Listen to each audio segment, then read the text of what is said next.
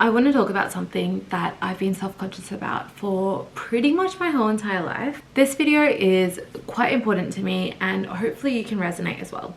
I want to talk about something that I have been self-conscious about for pretty much my entire life since literally my teenage years. Basically, I want to talk about my belly. As a South Asian woman, I have fought belly fat for the entirety of my life without really knowing where it's come from, the background of it, the basis of it, and I've always kind of looked at my body and just went, it's not like the people I see online. It's not the flat abs stomach that I aspire for and I want, and it's sad to say because I otherwise love my body. It's something I know a lot of you guys can relate to, so I really want to make this video. Hopefully it helps me and it helps some of you guys as well. Before you say anything, I just want to put out there that I know how to pose and I know what clothes work and look good on me to hide the fact that I might have a bulging stomach.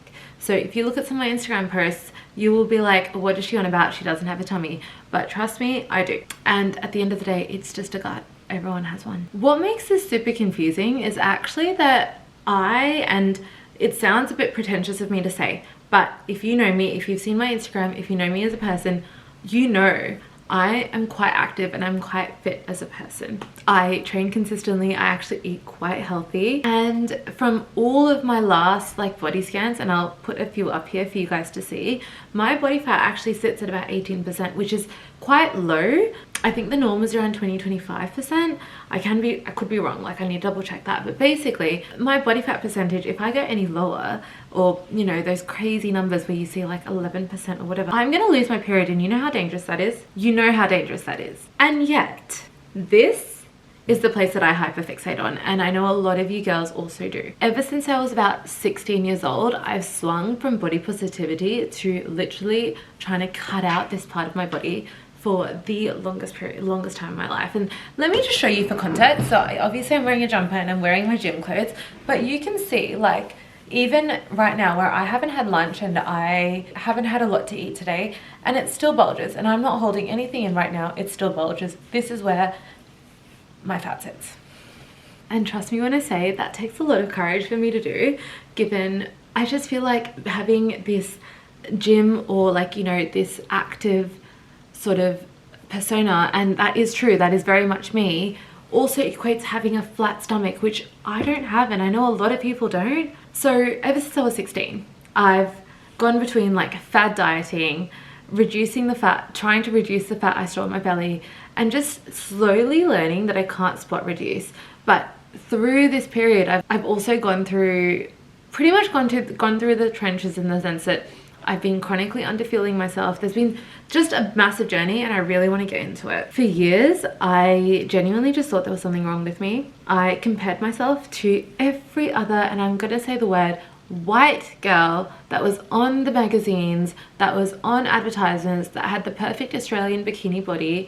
And I would compare because I otherwise didn't really hold much fat, and I was just like, why when I wear a bikini do I just have a bulge over here, and I wish I didn't have that. But you know what, that was never my body, and that was never my body type. And if you're brown, that was never your body type. Oh look, there's a few anomalies. I have definitely seen people out there who have very clear flat stomachs, and they are brown, they are South Asian, and I am envious, but I also know that that isn't the norm. So I have done a bit of a deep dive. I've literally got notes here. So I'm gonna go through each little talking point and just kind of dissect this concept of seeking that flat stomach. So firstly, body fat versus fat distribution, so the science of it. And body fat doesn't tell the entire story. So like I said, I've got 18% body fat, but where does the majority of that fat go? Where your body stores fat matters just as much, or sometimes more, compared to how much fat you actually have. Now, there's two types of fat. There's subcutaneous and there's visceral. Subcutaneous fat is fat under the skin, and visceral fat is fat around the organs. So you can be lean, you can be athletic, and you can still carry more fat centrally, because where are most of our organs? Central. Studies actually show, and this is where it gets interesting, studies show that South Asians tend to store proportionally more visceral fat and central fat at the same BMI or body fat compared to white Europeans even in young active women. My body scans pretty much prove that. Like everywhere else, I can't really pick up pieces of fat, and I know that because that is also my genetics. I've also been active my entire life, and I'm generally quite a healthy person. But in all honesty, my scans prove that, and I think a lot of yours would as well. This is a word or a phrase that has been like thrown around on social media quite a lot now, but let's talk about the thin fat phenotype.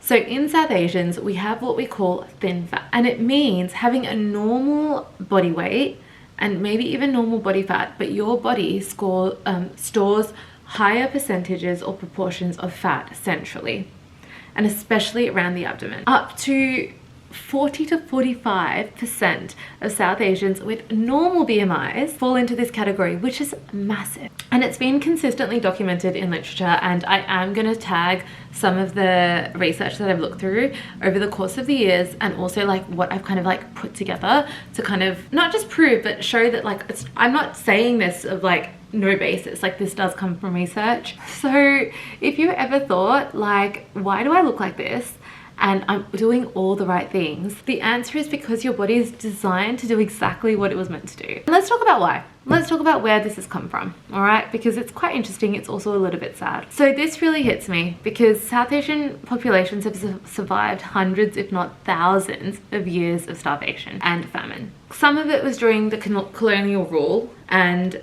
that wasn't even caused because of lack of food, but it was caused by distribution and policy. So it was like designed to put us in famine and starve us.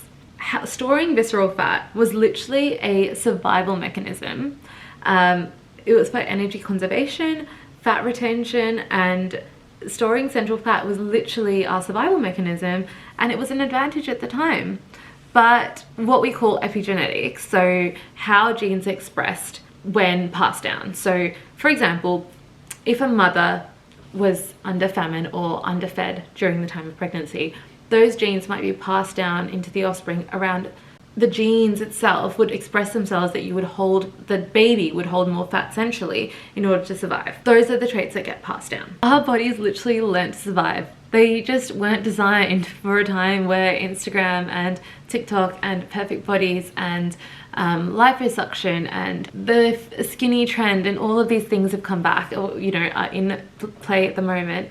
Our bodies just weren't designed for that. They were designed for survival and designed to get us through famine. The sad thing is this also links us or gives us a higher risk or higher chance of developing insulin sensitivity, higher cholesterol, and visceral fat retention is linked to, you know, things like heart attacks and heart conditions, and I guess a lot of other things that we see quite predominantly in the South Asian population. So knowing this doesn't really change much, does it? It doesn't change the way we connect to our bodies, the way we view our bodies, and I still catch myself looking in the mirror, sucking in, holding it all together for photos, etc, etc. And I'm constantly questioning why my tummy just doesn't look right. The one thing that kind of gives me peace of mind or takes me away from that is knowing that I was comparing my body to a body type that wasn't mine. Basically, a body type, a standard that was never built for me. And I think this is the thing when we talk about representation, because if we see more of our body type online and in circulation, we wouldn't look at our body type and go, that's not good looking, that's not pretty, that's not the beauty standard. It's just the standard wasn't built for us. So as I was saying, South Asians as a result also experience things like higher cholesterol and insulin shifts at lower body weights, which is why aggressively chasing leanness or being skinny doesn't really work and can backfire for us. For a lot of ethnic bodies, especially South Asian women, trying to look skinny or putting yourself on a cut and underfueling yourself can actually cause increased hormonal shifts and hormonal stress, and it still doesn't satisfy the body type that you're looking for, because your body resists what threatens its survival. And if you're increasing stress levels, you're increasing cortisol levels, you're going to hold or retain fat more. I want to be really clear about one thing, and that's something I've had to learn as well. Having more visceral fat doesn't mean that we're doomed, and having a belly doesn't mean you're unhealthy. What matters is actually overall movement, overall strength, cardiovascular fitness, blood markers, recovery, stress, sleep, and there are modifiable factors to manage visceral fat.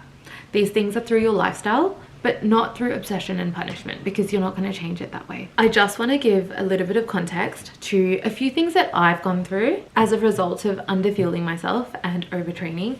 I'm someone who absolutely loves high intensity workouts, high intensity training, and I guess challenging my body for its like maximum capacities. I have also been under the fads of doing those like 8-week challenges, 12-week challenges, going on a cut, like thinking that that is the healthy option and that is the healthy way. Cutting calories when my body fat percentage is already quite low is so detrimental. For a lot of women, it can result in things like losing your period, and that's quite bad. It means your body is literally running on fight or flight. It can result in actually fueling that skinny fat or a phenotype, because you're not losing visceral fat, you're losing your subcutaneous fat. So that visceral fat, the fat that's holding all of your organs, actually stays because it's back in that survival mode. And it can result in things like reduction in bone density, which we already know drops from the age of 30. And for me, it resulted in a stress fracture.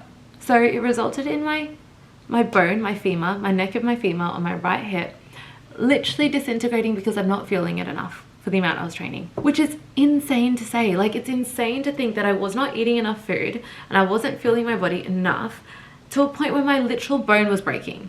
And I don't think we realize that osteoporosis, lack of bone density, losing your period, all of these things are so negative for our bodies.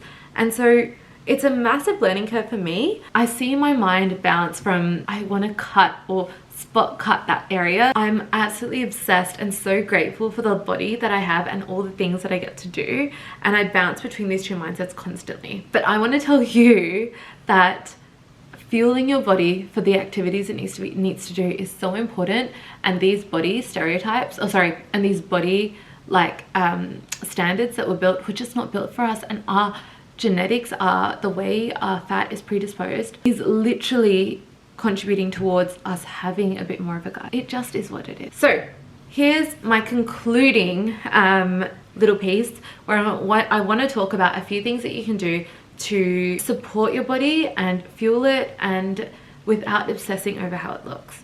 So firstly, training for strength and consistency rather than training as a punishment.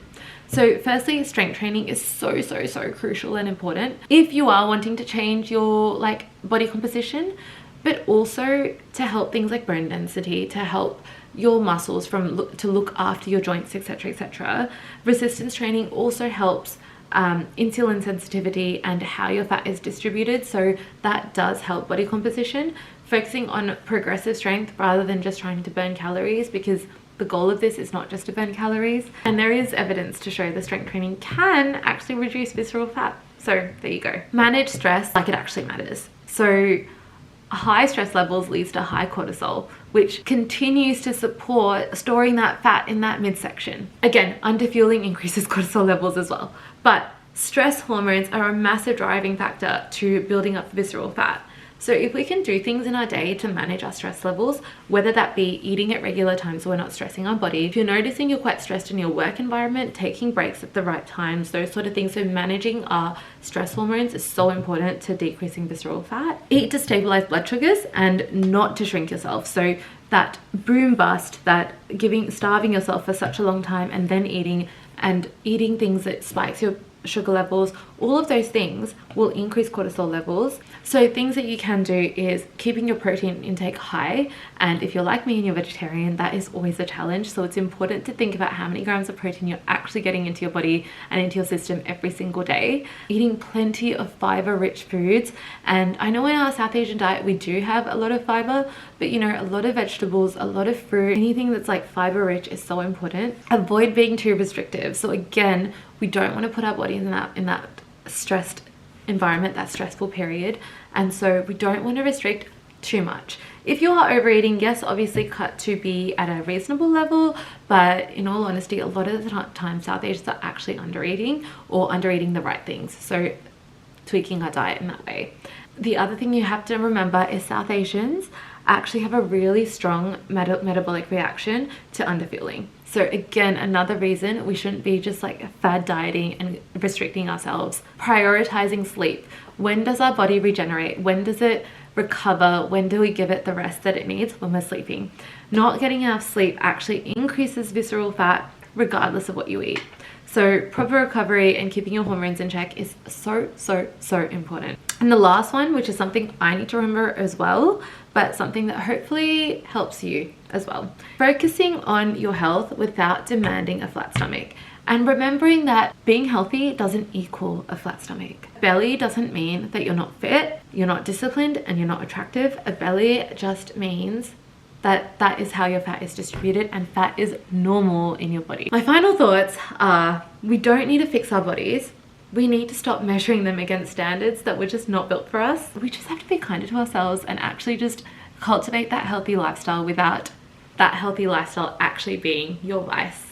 So, you know, focusing on that, cultivating, you know, the right sort of foods, the right sort of rest and recovery, and the right sort of training that enables us and builds us up in our lives and in our, you know, and going forward, as opposed to constantly thinking, what can I stop eating in order to achieve what we conventionally think is the attractive body.